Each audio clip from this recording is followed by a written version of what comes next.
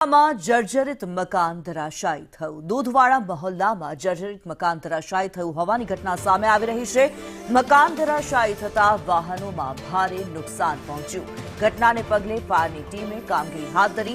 આસપાસના મકાનોને પણ નુકસાન પહોંચ્યું છે। ત્યારે અગાઉ મનપા દ્વારા મકાન માલિકને નોટિસ પણ આપવામાં આવી હતી। જર્જરિત મકાન ધરાશાયી થયું હોવાની ઘટના વડોદરામાં સામે આવી રહી છે। આ એક્સક્લુઝિવ દ્રશ્યો અત્યારે અમે આપને બતાવી રહ્યા છીએ।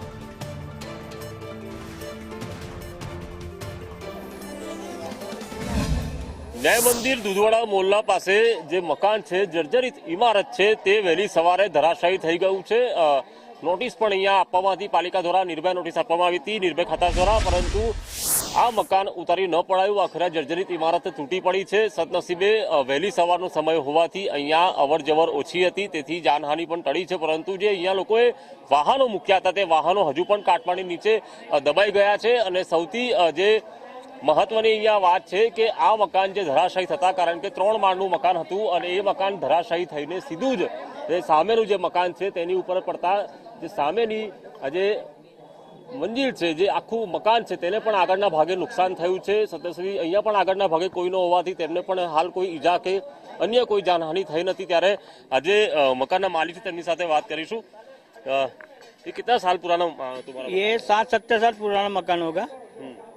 और हमने 2 साल पहले भी निर्भय शाखा में अर्जी दी थी, लेकिन हमारे घर में थोड़ा कोई विखवाद था। हमारा चाचा का लड़का था, वो जो मकान उतारने वाले आते थे उनको भगा भगा देता था। हमने तो ऑनलाइन भी मेले वाला ने अर्जी की थी, सीएम को ने सबको ऑनलाइन किया था अर्जी भी हमने। निर्भय शाखा में भी हमने 2-3 बार हमने अर्जी दी हुई है।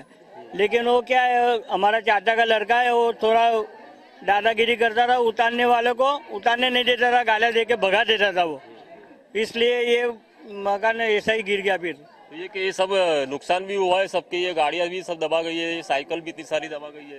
ये कोई ये साइकिल वाले की कोई मकान था जो धंधा करते थे? नहीं, ये तो मकान तो हमारा ही था, हमारा मकान था। ये तो बच्चों की साइकिल है, ये मिलने वालों की है। और कितने अंदर वाहन दबाए होंगे सबके? एक आध वाहन है, बाइक एक बाइक ही अंदर। तो बड़ी बात तो ये है कि कोई सुबह का टाइम था, यानी कोई पब्लिक थी नहीं, तो कोई अल्लाह का शुक्र है कि कुछ जानहानि नहीं हुई है।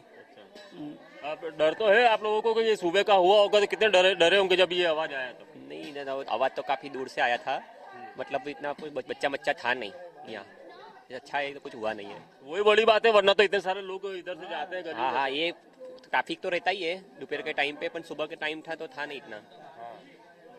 और सुबह में भी क्या है, वो मदरसे के बच्चे यहीं से जाते, पर हमारे जो पड़ोसी थे मोहम्मद हुसैन भाई, उन्होंने वहाँ पे जल्दी आके खड़े हो गए थे और उन्होंने पूरा रास्ता ही बंद कर दिया था। उन्होंने यहाँ से जाते हो? अच्छा, तो आज तुम गए उसके बाद हुआ कि उसके पहले हुआ? हम लोग गए थे, अभी बाद में हुआ था। अच्छा, तो तुरंत बाद में हुआ ना? हम मदरसे से छूटे ने, बाद में सही મદ્રેસામાં જવા માટે બાળકો નીકળ્યા, તે પસાર થઈ ગયા, ત્યારબાદ આ મકાન ધરાશાયી થયું। સદનસીબે થોડીક જ મિનિટોની વાત હતી।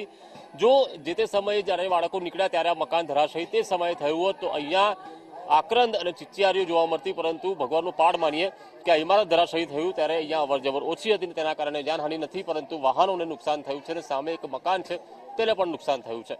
કેમેરા પર્સન નિકેશ વડન સાથે કુણાલ શર્મા, સંદેશ ન્યૂઝ, વડોદરા।